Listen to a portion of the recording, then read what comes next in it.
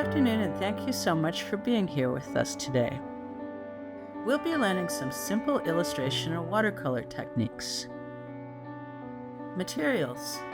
There are many wonderful watercolor paint brands out there. Today we'll be using Stockmar paints because they are richly pigmented and very long-lasting.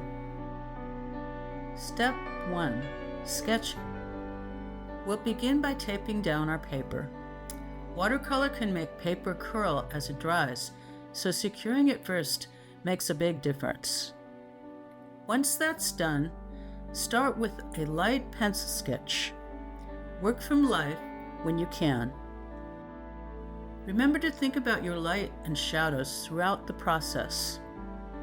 When it comes to composition, think about how you would like to fill the page or frame the subject. Do not be afraid of touching the edges.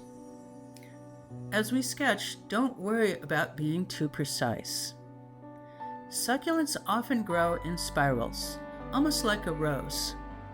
Start from the center and gently work your way out. If you get stuck, focus on the negative space around the leaves. It also helps to think of each leaf as a curled surface with thickness. That little shift in perspective can really simplify things. What lines convey this in your drawing? Step 2. The first wash.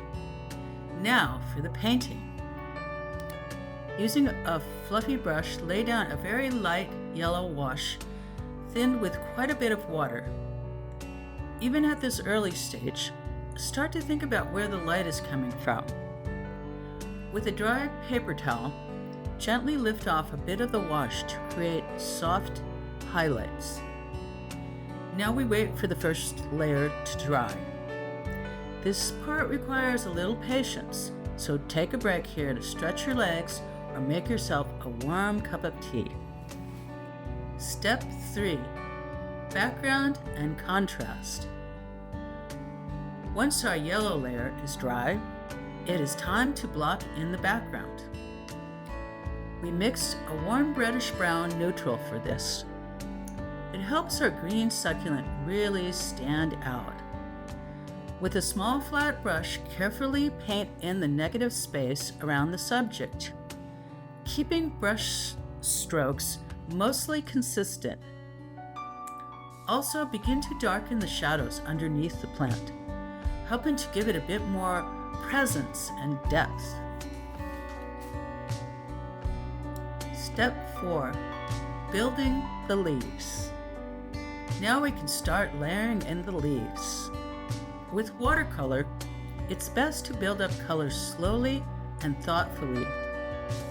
We've chosen a light Prussian blue for this first layer.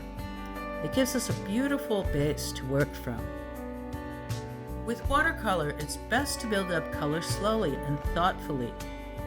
Begin at the base of each leaf and work outward. And if a mistake happens, don't worry. This is why we paint in layers. Each new layer is a chance to refine and gently correct. Step 5. Adding colorful details. Once the blue is dried, we get to have a bit of fun. This particular succulent has reddish purple tips on its leaves, such a lovely contrast. Nature has a way of surprising us with these little bursts of color. With a small brush, begin to outline and enhance those edges. Keep checking back to our reference plant to make sure everything falls correctly. This part is all about slowing down and really noticing the beauty of the details. Step 6. Layering for depth. One of the most magical things about watercolor is how the layers of underlying color transmit through to the surface layer, almost like a light blowing through translucent glass. Now take a soft diluted yellow and paint over the blue areas to create a lively green. This layering is what brings life to the painting and is such an important principle in watercolor. Once that's dried, return to the blue color and deepen the shadows, always looking back to the plant for guidance.